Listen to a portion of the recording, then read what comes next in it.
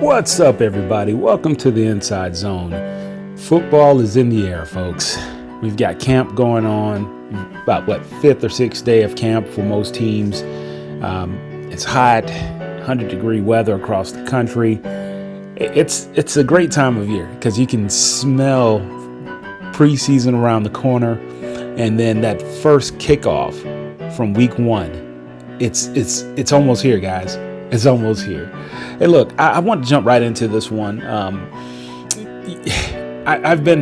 So if you know me, or if you've ever, listened to any of my videos or anything like that, or maybe not, I may not even said it, but to me, Nick Chubb is my favorite player in the league right now, and here's why. Nick Chubb is the epitome of what you want or what you would think about when you think of a football player. Right? Puts his hard hat on, brings his lunch pail to work, and he just does the work. He doesn't talk a lot, but he lets his actions show on the field. And he's a good player, right? Before he got hurt, he was, on his way to a Hall of Fame career potentially, and he can still do it with, 2 or 3 good years. Potentially, he could put himself in the Hall of Fame if he puts up numbers. But I was kind of browsing around on social media the other day.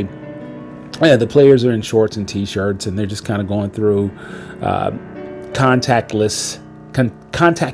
That's a hard word to say. Contactless, non-contact football, right? Where they're just kind of going through full speed, but going through drills and 11 on 11, 7 on 7s, things like that. And I started seeing some of these Twitter fingers, YouTube bloggers, Instagram influencers, whatever you want to call these guys, start to panic, especially out of the Houston area, some of the local bloggers, that Nick Chubb is washed up. He doesn't have any burst.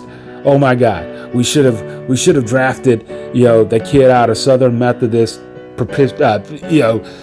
Poly-Episcopal University that would have been a way better fit than Nick Chubb, bringing him in.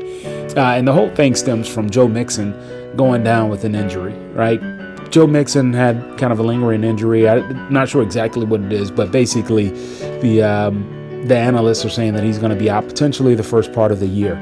So instantly, bringing in Nick Chubb as just an insurance policy has now turned into a option one for the Houston Texans. And what does that mean for the team? Right? Is an 80% Nick Chubb good enough to keep the Houston Texans moving?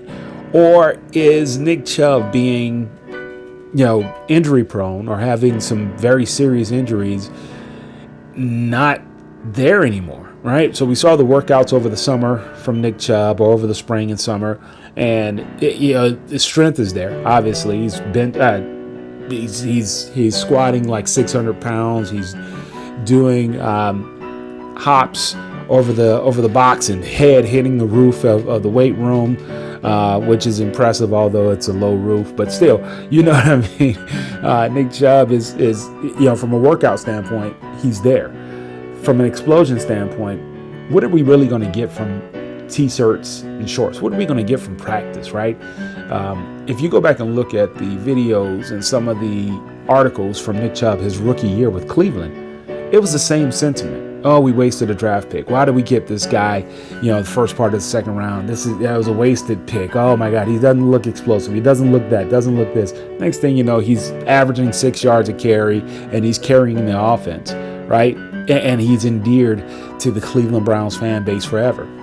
So, look, my advice to Houston Texans fans and all the Twitter finger blogger guys out there that make it their day-to-day duty to support and raise the blood pressure of Houston Texans fans, go back, look at the game film from Nick Chubb last year prior to him fracturing his foot and putting him out for the year. That'll give you a sense of what you're getting, right? Is he 100%? Is he the Nick Chubb that's going to break 100-yard ISO zone play against the Falcons? Maybe, right? But is he 80% of what he was at his peak? Absolutely. Nick Chubb is still in his prime, folks, even with a bum knee. So barring any major injury or any major setback, your RB1 or RB1B situation is better than 90% of the teams in the league right now. And potentially you have a Pro Bowler on your squad with Nick Chubb. So let me know what you guys think. Like, subscribe, share.